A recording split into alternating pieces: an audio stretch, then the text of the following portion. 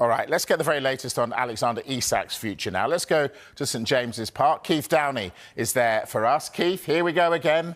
You, me, Alexander Isak. What's the latest? Look, Mike, not really too much has changed since we last spoke about 5 minutes ago. No, since we last spoke, I think at the tail end of last week, as we saw, Alexander Isak was left out of the Newcastle, both the Newcastle squads that played here in St James's Park on Friday night and then Saturday in their last two friendly matches before the start of the season. And of course, Eddie Howe fielded questions on it after both of those games. His words were that he can't select Alexander Isak right now, and he would love to do that, and if he could change things or change Alexander Isak's mind, he said he would have done it yesterday. So he didn't go as far as saying Alexander Isak is refusing to train or refusing to play, but he made it clear, you know, reading between the lines, that Isak's head is probably not in the right place for him to be performing for Newcastle United at the moment, and that is why he is essentially training on his own. I don't think he's seen any of his teammates really since he returned from his self-imposed training visit over to Real Sociedad, when of course he went out there for a week on his own.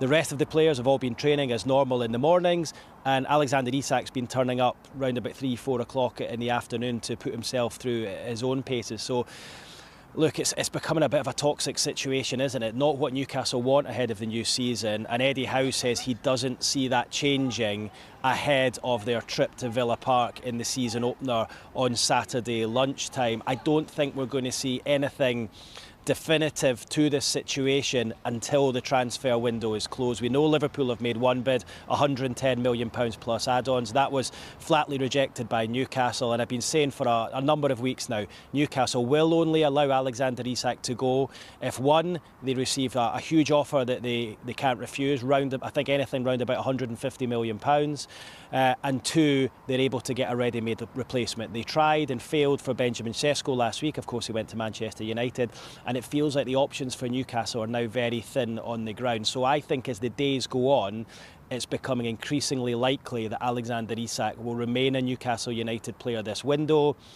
And of course, bridges are going to have to be mended, because the Newcastle fans are not happy with what they've seen from his conduct over the last couple of weeks. So it feels like a lot of work is going to have to be done behind the scenes to ensure that they can get together. Newcastle need him, he needs Newcastle, and move on into the start of the season. Keith, those bridges will be bigger than the Tyne Bridge, I reckon. Let's talk Yoane Wissa. Any movement on that one? Yeah, well, look, Mike, this is becoming a bit of a saga as well. Newcastle desperate to bring him in. He's desperate to come here to Newcastle. Of course, as we know, he's not been involved with Brentford in their last couple of pre-season friendlies or really in training either. We're told that Brentford want to bring in a replacement first before allowing him to leave. Not dissimilar, really, from the Alexander Isak situation here. But again, this one has dragged on for a couple of weeks too. I think if Newcastle had their way, they would like to have him in before the match against Aston Villa on Saturday. Look, there still is a chance of that, but it's a domino effect, isn't it? Because they are waiting on Brentford bringing someone else in themselves, and of course they then need to agree a fee with Brentford. But it's been a protracted one, that one. But I still do expect him to sign for Newcastle. It's just not been quite as simple as many would have hoped. OK, and what about at the other end of the pitch, in defence? One in, one out, is that the situation?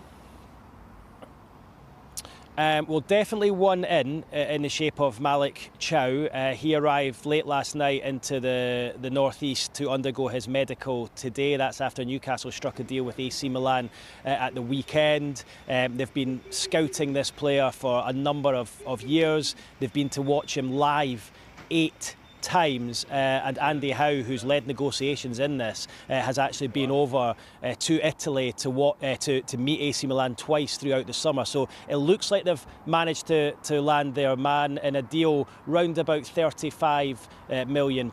So that's the central defender they've been looking for a long time.